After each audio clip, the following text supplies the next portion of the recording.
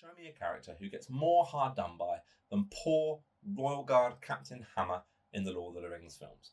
The poor guy gets tricked by Gandalf outside of his own Golden Hall, albeit for the better in the end. He makes an arduous, long march to Helm's Deep and ultimately ends up in the belly of a rogue, starving warg. Legolas, why couldn't your elf eyes have been sharper? You were clearly looking that direction. Well, in today's tutorial, I'll be breathing new life into the character and showing you how to paint a glorious, vibrant Royal Guard captain model to lead your Rohan forces to victory on the tabletop.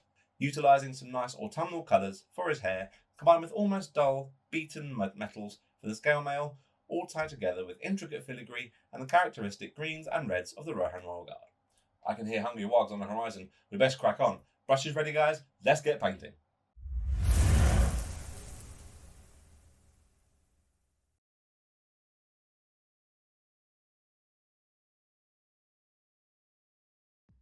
First, I'm going to be applying a base coat to his face and hands using a 1-to-1 mix of Bugman's Glow and Cadian Flesh Tone.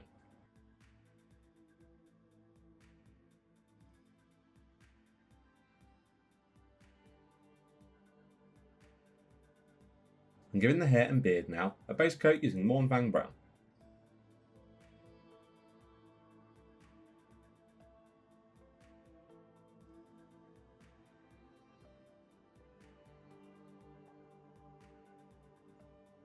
The Royal Guard Cloak is being base coated with a mix made up with 1 part Caliban Green and 2 parts Warpstone Glow, making sure I get a solid, smooth base coat here before moving on.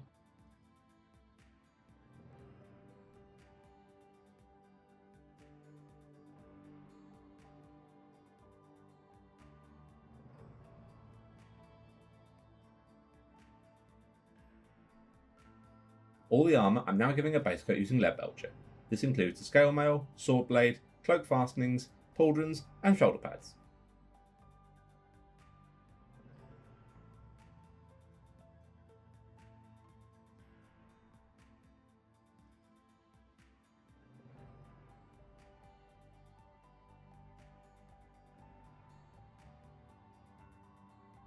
The belt and arm sleeves I'm base coating now using Corn Red, making sure I catch the cuffs, the neckline here as well, however small these areas actually are on the model.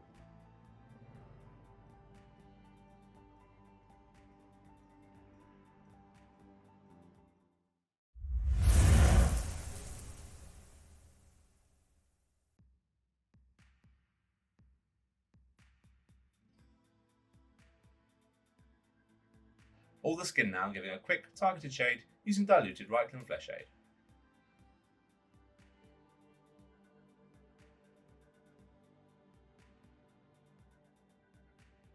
Now that my wash is dry, I'm going to start layering up the skin tones.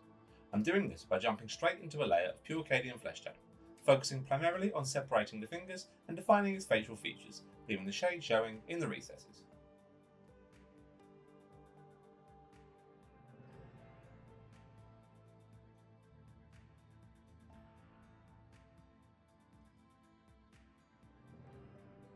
I'm further defining Hama's facial features and skin details by adding a small amount of Kislev flesh into the Cadian Flesh Tone of the previous layer.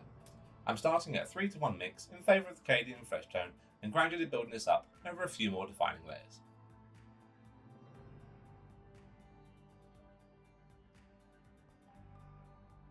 For the final stages, continue adding Kislev flesh into the mix and further defining his skin and facial features. You can build this up to a highlight using pure Kislev flesh if you wish, but I felt that was too vibrant for dear old warg food. Sorry, Hama.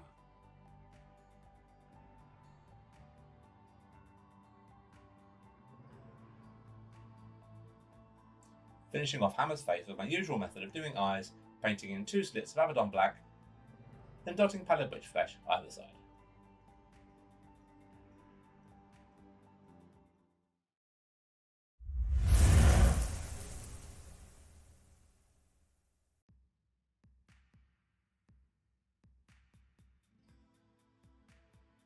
Now, given the slightly ill-defined and tight texture of Hama's hair, mainly due to the fact that he is a metal model and the sculpts aren't always the most amazing, I'm going to be inlaying the brighter tones earlier on in the process over the hair and beard before I go to the wash stage.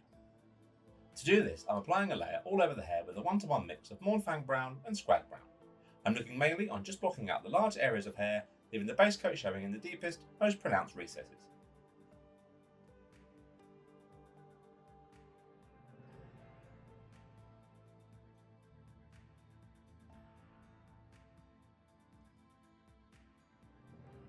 With this in place now, I'm shading all the hair using Agrak Surf Shade. Again, slightly diluted, manoeuvring this between the fibres of hair and trying to avoid the face as much as possible. Now my shade is dry, I'm going to start defining as much of the hair as I possibly can using Scrag Brown. I'm focusing on picking out the individual strands and flow of the hair, as well as gently feathering this onto the beard to create some texture.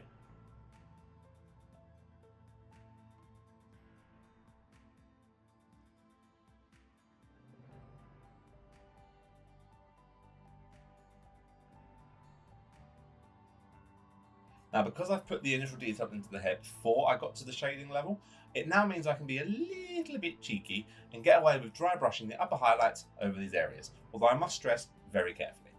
I'm wanting to further define the hair, but not undo all the work that's gone into it so far. To achieve this, using a small dry brush, I'm just going to go against the grain of the hair using Deathclaw Brown, letting this rest on the upper, more pronounced strands and curls of Hama's hair and beard. Now, with the dry brushing finish, you could probably call Hama's hair and beard pretty much done there. I, however, have decided to add just a little bit of extra highlight just to make it pop a little bit more. To do this, I'm adding Screaming Skull into the Deathclaw Brown and using a super small brush with a super fine point, just catching the tips and outermost hairs where the light would be hitting more. The concentration of Screaming Skull here is up to you. Add more if you want it to be lighter, and less if you want it to be just a little bit more subtle.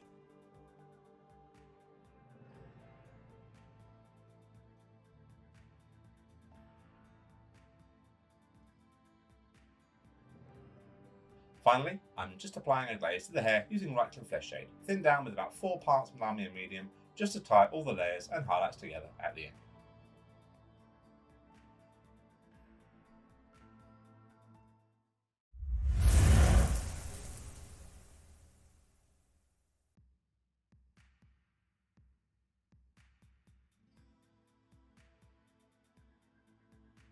The cloak I'm starting to tackle with an all-over shade using Cloak Green, thinned down slightly more than usual just to minimise any risk of blemishing over the fairly flat texture of the cloth.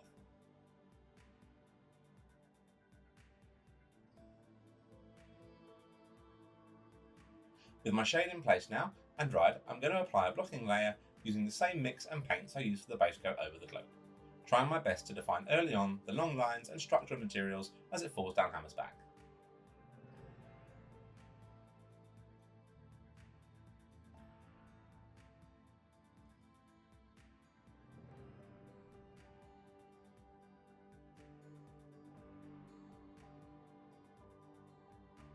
Now for what's probably the most important layer of Hama's cloak. I'm going to be hammering in that characteristic Royal Guard green tone by layering up now using pure Warpstone Glow. As you can see, I'm working on further defining the somewhat limited definition of these material folds, using the edge of my brush wherever I can to make sure I have as much control over my strokes as I can possibly get. If you feel like you need to make a few passes here, then definitely do so. This is where the tone for the cloak is truly laid into place.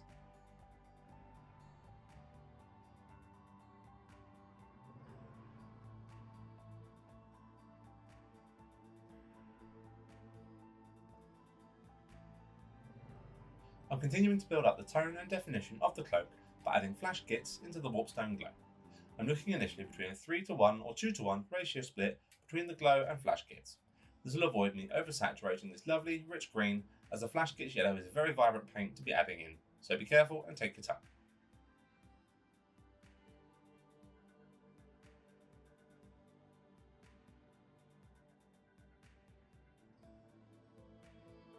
Continuing to build up the upper highlights over the cloak now by adding more flash gits yellow into the mix.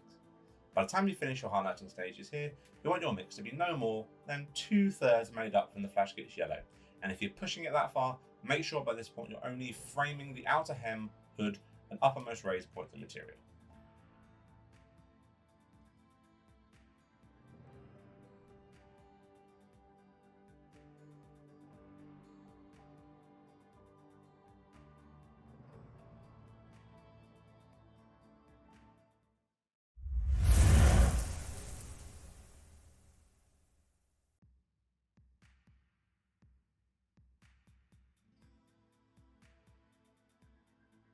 I'm uniformly toning down all the silver metallics over Hama now with a thorough wash of null oil, making sure I don't leave any of the silver areas unshaded.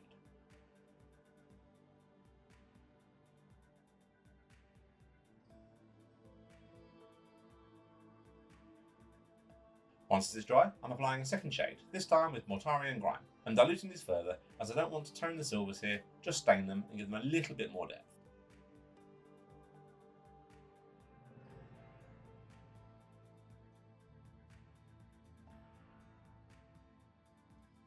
With both these shades in place, I'm going to edge highlight very delicately using Stormhose Silver. This means clipping the lower curve of all the scale mail, edging the pauldrons, shoulder plates and blade, and carefully picking out the intricate inners of any of the greaves.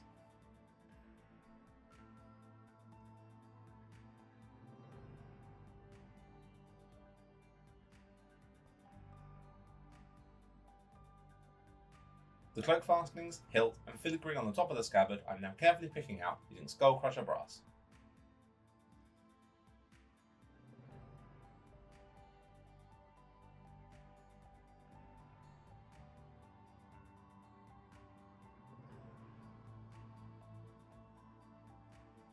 A quick targeted shade to stain these golds is now being applied using Agmarite Surfshade.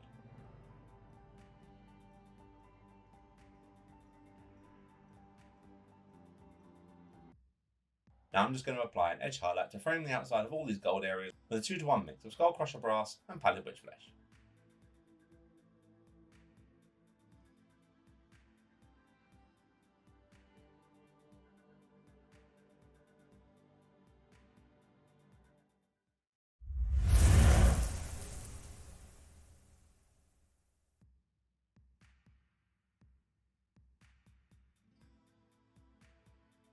Red and green? Who in Rohan decided that this would be an inconspicuous colour palette for their infantry? Honestly. The red cloth and belt now are being given a targeted shade using Caribou Crimson.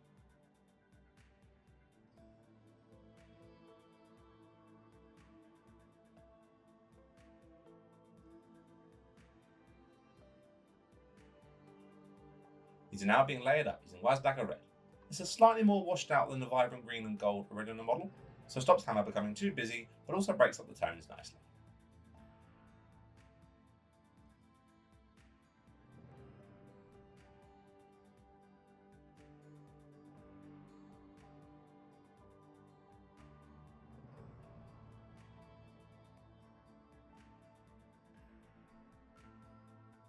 All the reds now I'm framing with an extreme edge highlight using Emperor's Children, framing the belt panels and edges, and again just picking up the upper edges of arm cloth.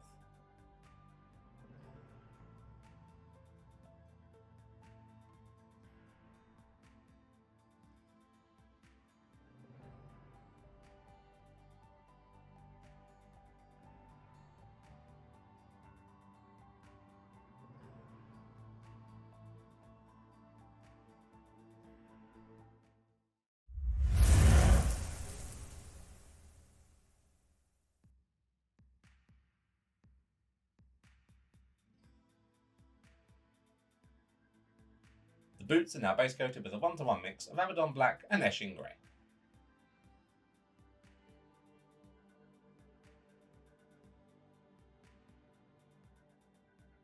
Followed by a targeted shade using Nuln Oil.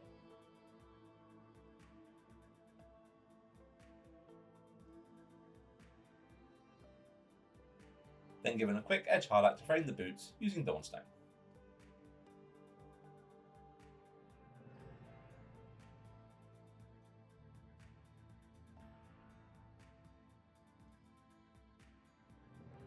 Finally, all the straps, leathers, the delicate horse filigree over the gauntlets and shoulder pads, and the edging around the neckplate and fold are very carefully being picked up using Dryad Bark.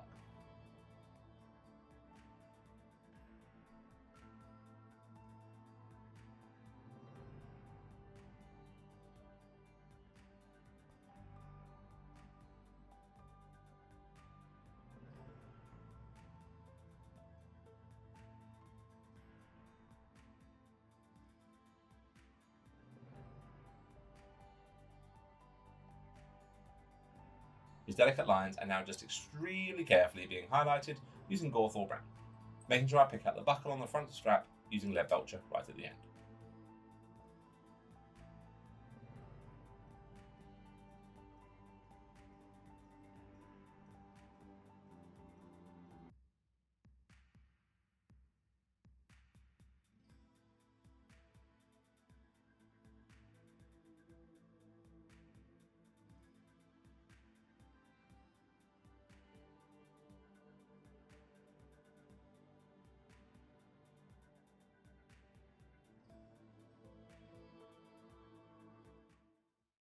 A valiant, stalwart defender of the kingdom of Rohan and King Theoden, Hama is ready to rush to battle, manning the walls of Helm's Deep in glorious battle in defence of his country and kingsmen. Ooh, touchy subject there, actually. I guess he'll just have to look absolutely phenomenal passing through the digestive tract of one very hungry warg. Maybe you can bring him the glory in the tabletop that he actually does deserve. Thank you guys so much for watching. I really hope you enjoyed today's video. Don't forget to hit that like button, subscribe if you haven't already, and don't forget to hit the bell for notification on when videos go live. Thank you massively to all of our Patreons so far. Don't forget there's a link in the description below where you can check out our Patreon page for exclusive channel rewards. And until next time, guys, take care and happy hobbying. Bye, guys.